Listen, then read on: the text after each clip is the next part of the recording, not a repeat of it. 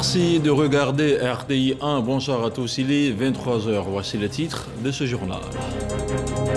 Il exhorte la population à se faire vacciner. Le Premier ministre Patrick Achi a visité ce samedi plusieurs sites de vaccination dans le district d'Abidjan. Il s'agissait pour le chef du gouvernement de toucher du doigt les réalités du terrain.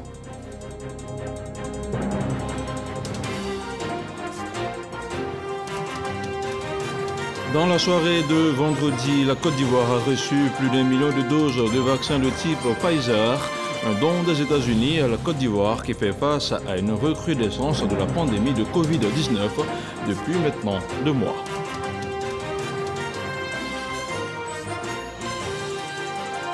Et puis dans la zone des 3 frontières aux confins du Mali, du Niger et du Burkina Faso, le Tchad annonce ce samedi le retrait de 600 soldats de la force du G5 Sahel. Il s'agit d'un redéploiement stratégique pour s'adapter au mieux à l'organisation des terroristes, selon le porte-parole du gouvernement tchadien. Voilà pour les titres, merci de suivre RTI 1. Le Premier ministre était ce samedi matin dans les communes d'Abobo, de Cocody, de Koumassi et de Yopougon. Patrick Achi est allé s'enquérir des réalités du terrain sur la mise en œuvre des opérations de vaccination contre la Covid-19. On regarde le compte-rendu d'Alexis Ouedraogo. 2 heures à sillonner le tout Abidjan ce samedi pour voir de plus près les opérations de vaccination contre la Covid-19. Au district sanitaire de Cocody, première escale de sa tournée, le Premier ministre s'assure de la qualité du service. Préoccupation majeure ici pour les candidats à la 2e dose du vaccin, la disponibilité de Pfizer ou AstraZeneca. Justement, vendredi soir, le pays a reçu près d'1,6 million de doses de vaccin Pfizer pour justement assurer la protection de sa population. Cap sur Abobo. L'opération bat son plein. Le Premier ministre donne son conseil pour une meilleure gestion des files d'attente et s'assure que le message passe bien auprès des populations. C'est ta première dose ou la deuxième dose? La première dose. Ah, mais pourquoi tu as attendu longtemps comme ça? Direction Yopougon, toujours le même engouement. Le chef du gouvernement échange ici avec les agents de vaccination. Ça se passe bien. Oui, ça se passe les gens bien. Comprennent, ils sont de plus en plus volontaires. Mais... Non, les gens viennent, les oblige pas, ils viennent. D'accord. Le pays compte à ce jour 1 300 000 personnes vaccinées, de bons points salués par l'OMS. Je ne peux que exprimer ma satisfaction et celle des partenaires. Parce que voir le Premier ministre, chef du gouvernement sur le terrain, c'est encourageant. Et nous, partenaires, on va se mobiliser pour encore améliorer la qualité des prestations et appuyer le pays pour couvrir le maximum des Ivoiriens. À Koumassi, dernière étape de la tournée, les populations, elles saluent cette riposte vaccinale bien tenue par le gouvernement. La maladie fait plein de ravages, donc il faut qu'on se vaccine. Si une autorité se déplace, c'est parce que c'est important. Et je pense que de bouche à oreille, ça va encourager des gens à venir. Pour le Premier ministre, la vaccination contre la Covid-19 est aujourd'hui indispensable. On a eu donc l'occasion de constater d'une part qu'il y avait énormément d'engouement. Vous avez vu l'affluence, que les vaccins étaient disponibles. Il y avait certainement quelques réglages à faire pour la capacité d'absorption, mais également saisir l'occasion pour lancer une fois de plus, après que son Excellence, Monsieur le Président de la République, lors des différents conseils nationaux de sécurité, ait lancé un appel aux populations à la vaccination, non seulement pour se protéger eux-mêmes, mais surtout pour protéger également leur environnement immédiat. Patrick Achi invite le personnel médical à la vigilance, surtout lors des diagnostics médicaux. Dans 90% des cas, on se rend compte que les mortalités sont d'abord dues à des retards de tests.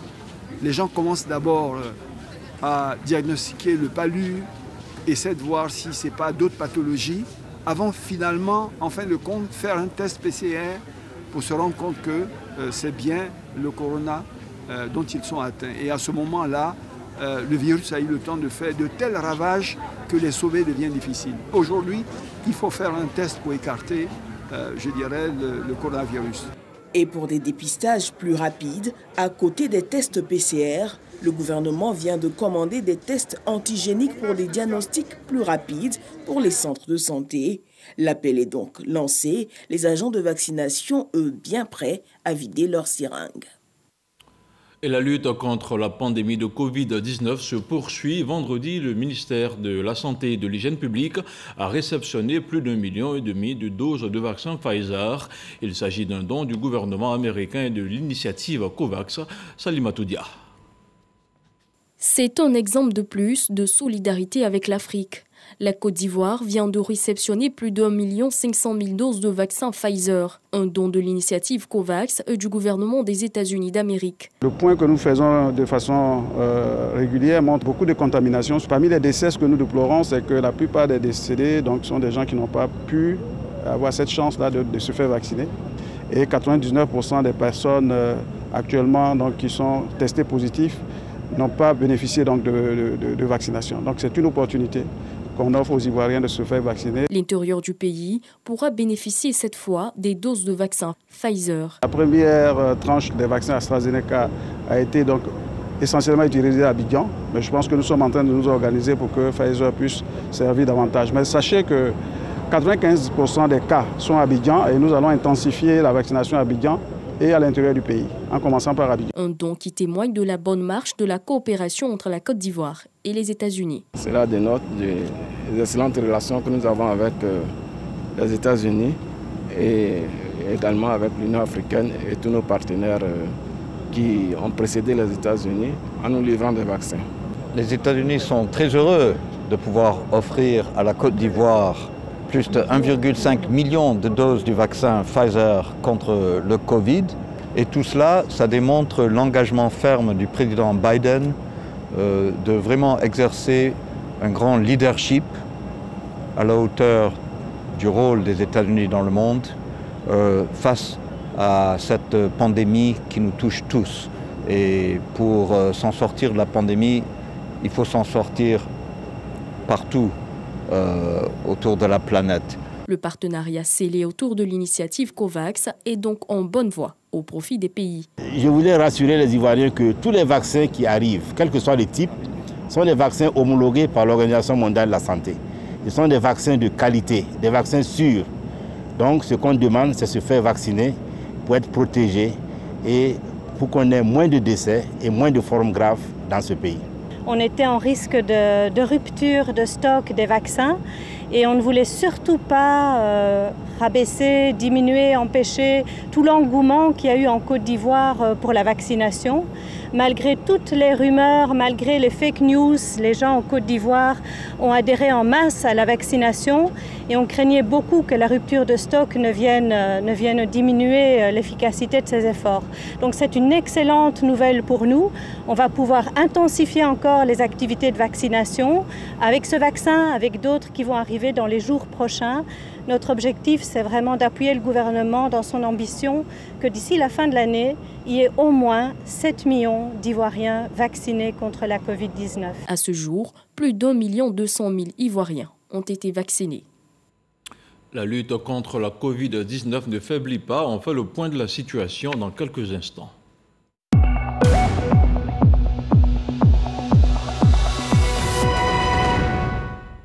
Le ministère de la Santé, de l'Hygiène publique et de la couverture maladie universelle a enregistré ce samedi 21 août 209 nouveaux cas de Covid-19 sur 4 495 échantillons prélevés, soit 4,6% de cas positifs, 208 guéris et 9 décès.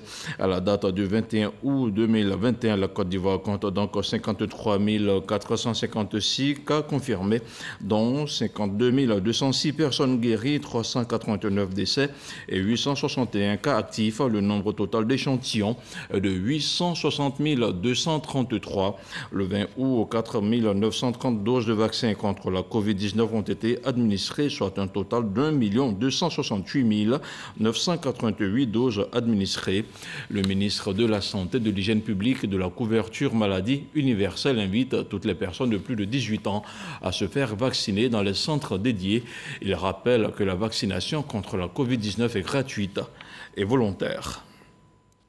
Autre chose à présent, le ministre de l'Enseignement supérieur et de la Recherche scientifique a procédé à la remise officielle des arrêtés d'homologation de diplômes à 18 établissements privés et publics. Cette remise amorce une nouvelle dynamique dans la formation délivrée par les établissements de l'enseignement supérieur.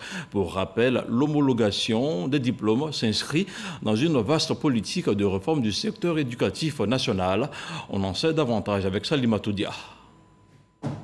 L'Académie régionale des sciences et techniques de la mer, l'École technique informatique et commerciale, ainsi que 18 établissements d'enseignement supérieur ont reçu leur arrêté d'homologation de diplômes, un document qui marque la reconnaissance des diplômes délivrés par ces établissements sur l'échiquier national et international. Aujourd'hui, avec l'homologation et bien avant l'homologation, avec le basculement dans le système LMD, nous entrons dans le monde de l'enseignement supérieur. Nous sommes aujourd'hui reconnus par l'État de Côte d'Ivoire, alors que les diplômes que nous donnions par le passé étaient reconnus, mais dans notre secteur, dans le secteur maritime et portuaire. La continuation, ça dit qu'il faut garder les éléments qui nous ont permis de bénéficier de cette reconnaissance nationale.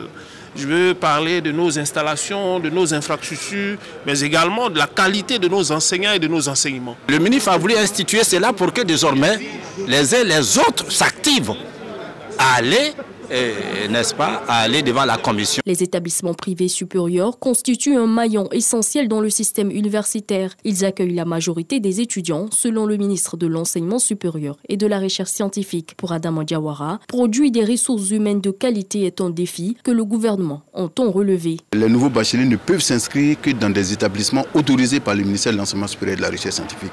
Et qui plus est, dans des filières qui sont homologuées. Donc c'était, j'aurais dit, le premier objectif de cette réunion. Le deuxième objectif, c'était l'accréditation de l'offre de formation de ces établissements privés. De la même façon, un arrêté qui va lister les diplômes qui peuvent être donnés, qui peuvent être attribués par ces établissements privés. Pour l'année 2021, 23 établissements, dont 22 issus du privé et 1 du public, ont fait leur demande d'homologation des diplômes. Les autorités promettent, dans le cadre de la réforme du brevet technicien supérieur, des filières pourvoyeuses d'emploi. Plusieurs associations de jeunesse de Côte d'Ivoire étaient mobilisées autour du ministère de la Promotion de la Jeunesse, de l'Insertion professionnelle et du Service civique et ses partenaires. Une rencontre à travers laquelle plusieurs jeunes leaders se sont vus renforcer leurs capacités sur la maîtrise du plaidoyer. Jean-Marc Djadji.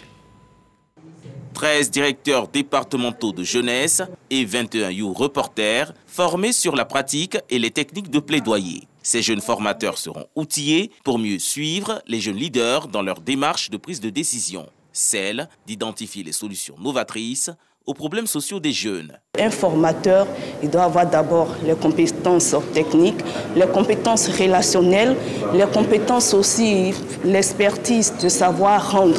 Le ministère de tutelle et ses partenaires, à travers cette initiative, placent la jeunesse au cœur du développement et s'engagent à améliorer leurs appuis. L'État de la Côte d'Ivoire est en train de fournir beaucoup d'efforts pour assurer que ces droits sont respectés. Il reste des efforts à faire et les résultats, nous ne pouvons pas les atteindre sans les jeunes. Nous savons qu'ils évoluent dans un environnement qui est vraiment exposé à beaucoup de fléaux sociaux. Et il est important qu'ils aient des formations qui leur permettent d'être résilients. Il est aussi important, afin de faire entendre leur voix dans la communauté, d'avoir tous les outils. Ce projet de formation des formateurs en plaidoyer est à sa phase pilote et ciblera 500 autres jeunes des villes de l'intérieur du pays. Du sport, du football, maintenant, le COCAN 2023 est au Cameroun. Il a rendu une visite de courtoisie à son homologue à Yaoundé. Une rencontre suivie par nos envoyés spéciaux Benson Pierraka et Barnabé Conan.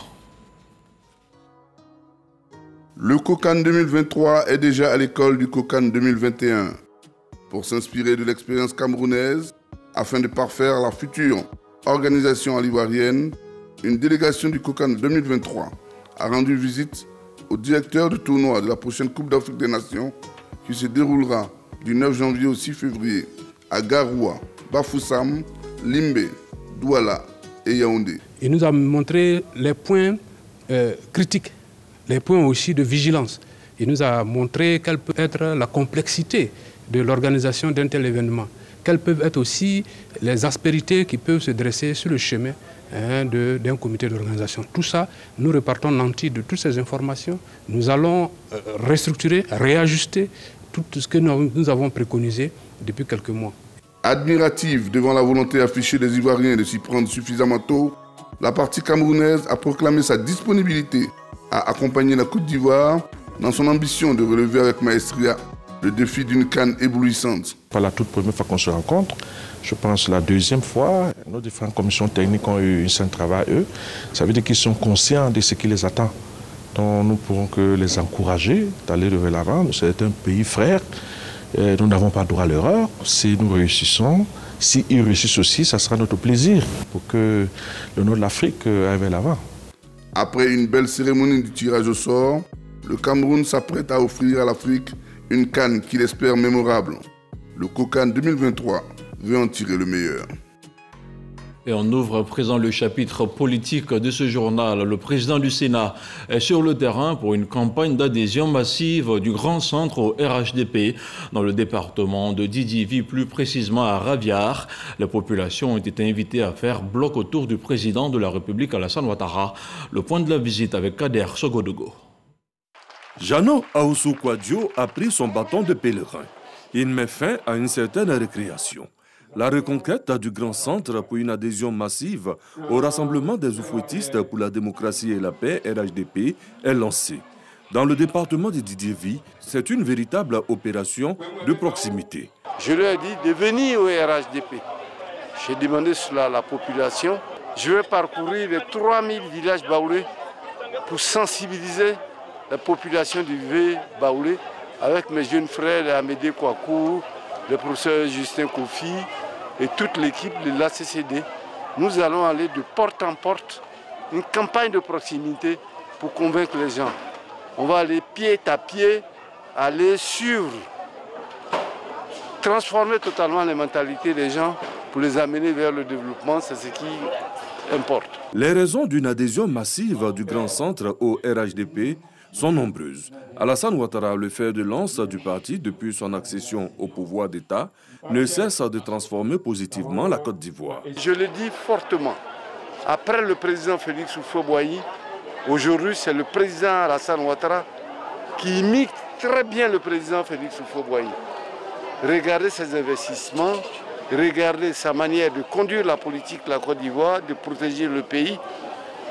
Et je dis, le jour où Alassane Ouattara s'en ira, on va le chercher à midi, en plein midi, avec torche.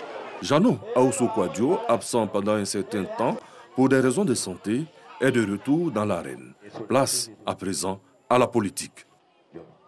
De son côté, la jeunesse estudiantine du RHDP entend elle aussi accompagner la vision d'une Côte d'Ivoire solidaire, une vision prônée par le président Alassane Ouattara.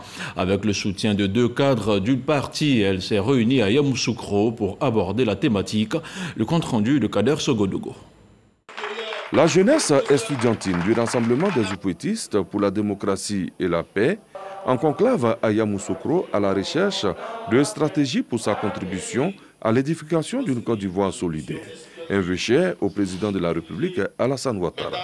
Des ateliers autour des stratégies d'implantation de la jeunesse estudiantine du RHDP sur le territoire national et les mécanismes de l'insertion socio-professionnelle ont marqué cette rencontre dans la capitale politique.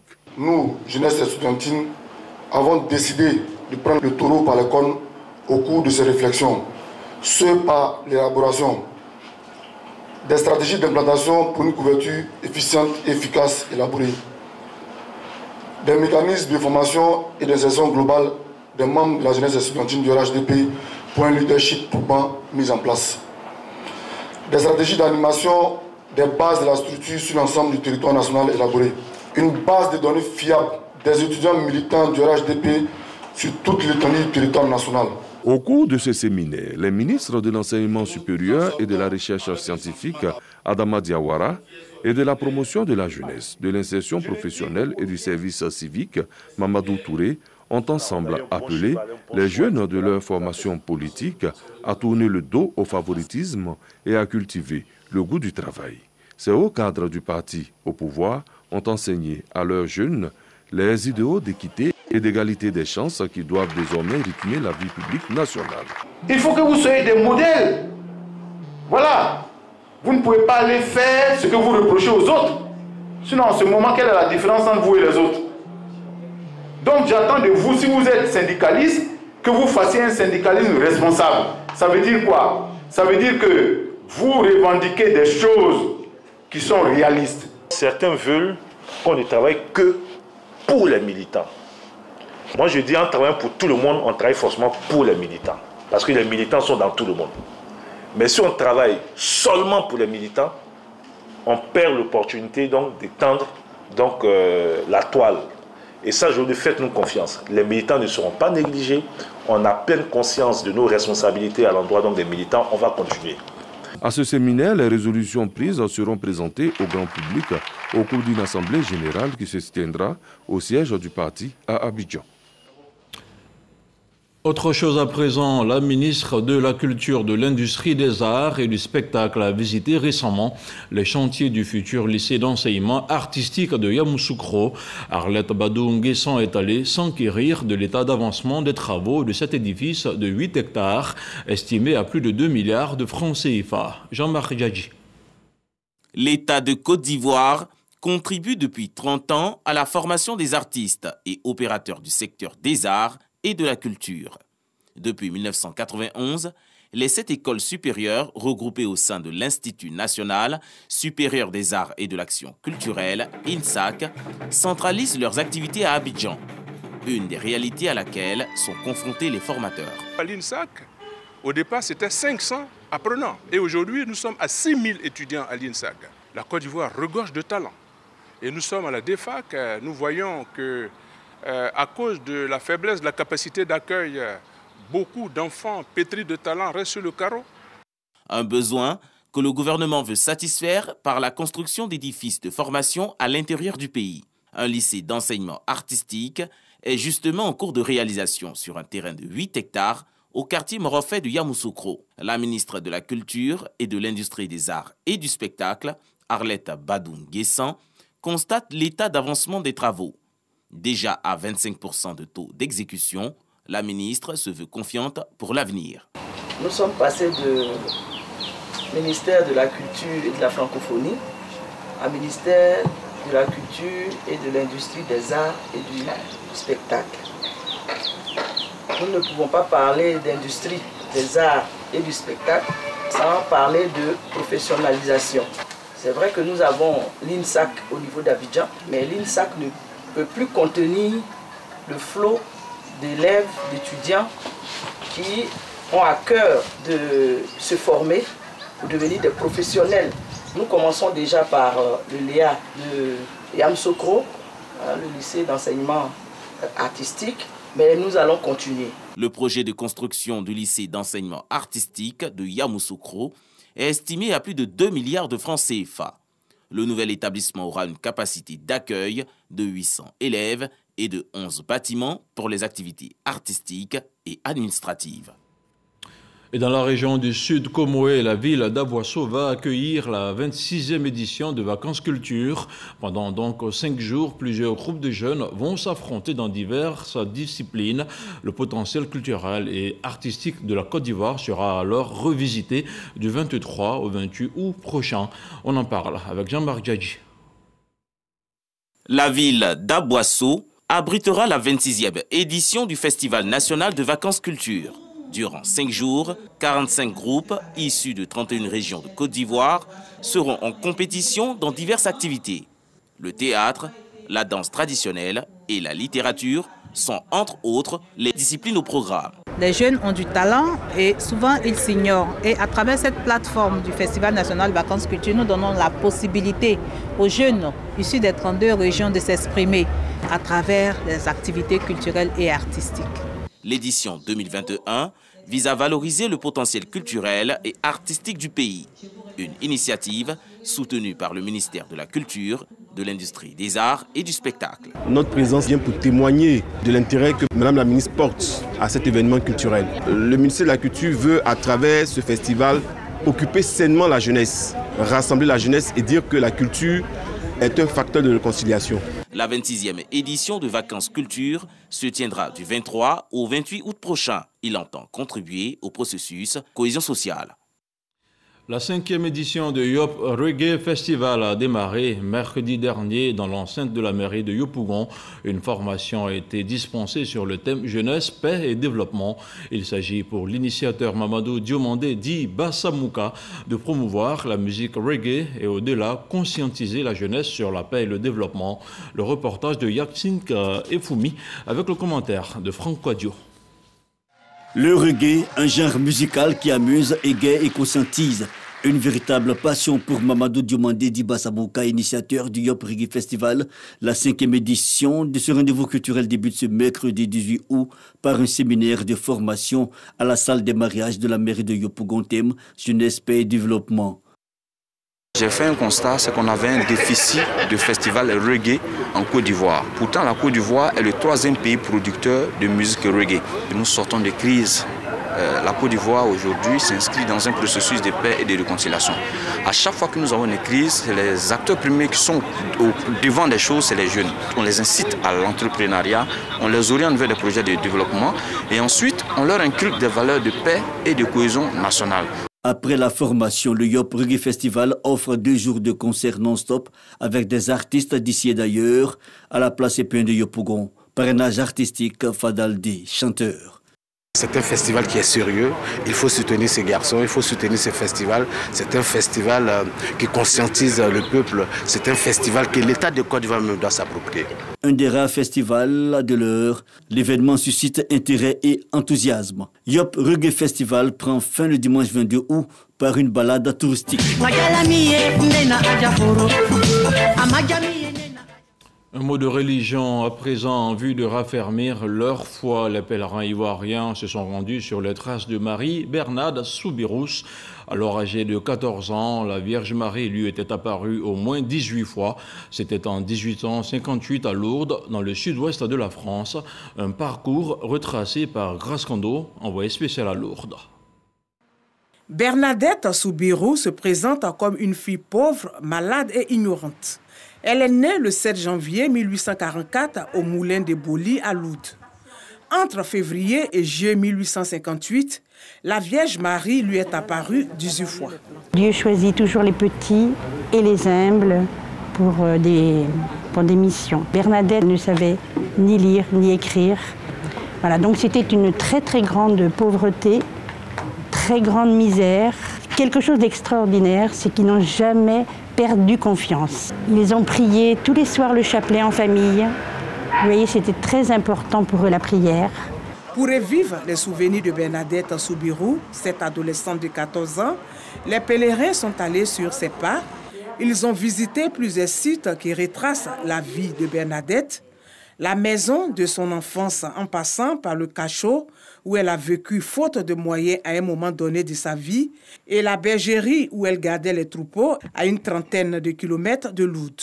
C'est un nouveau départ pour moi parce que j'ai vu et on m'a expliqué, donc je suis vraiment émue. Je demande à tous mes frères et sœurs, ceux-là qui doutaient encore de la Vierge Marie, de ne plus douter. C'était une jeune fille très simple qui vivait sa spiritualité avec beaucoup de simplicité. Moi, c'est cela qui m'a beaucoup touchée. C'est pas dans les grandes démonstrations spirituelles, mais vraiment avec le cœur, la vérité de la foi, la simplicité, l'humilité. Après avoir suivi les traces de Bernadette Soubirous, les pèlerins se sont rendus dans les grottes de Bitaram à 11 km de Lourdes. Ces grottes se déploient sur 5 étages pour un parcours de 2,8 km de long. Un voyage ludique bien apprécié de tous. Et dans l'actualité hors de chez nous, le Tchad a divisé par 2 ses effectifs mobilisés en février dernier dans le cadre de la force anti-djihadiste du G5 Sahel dans la zone des 3 frontières aux confins du Mali, du Niger et du Burkina Faso. L'annonce a été faite ce samedi par le porte-parole du gouvernement. La zone des 3 frontières est avec le centre du Mali la plus touchée par les attaques djihadistes. Les morts civils comme militaires s'y comptent par milliers. Et voilà, c'est la fin de cette édition. Merci de l'avoir suivi. Bonsoir à tous et que la paix soit chez vous.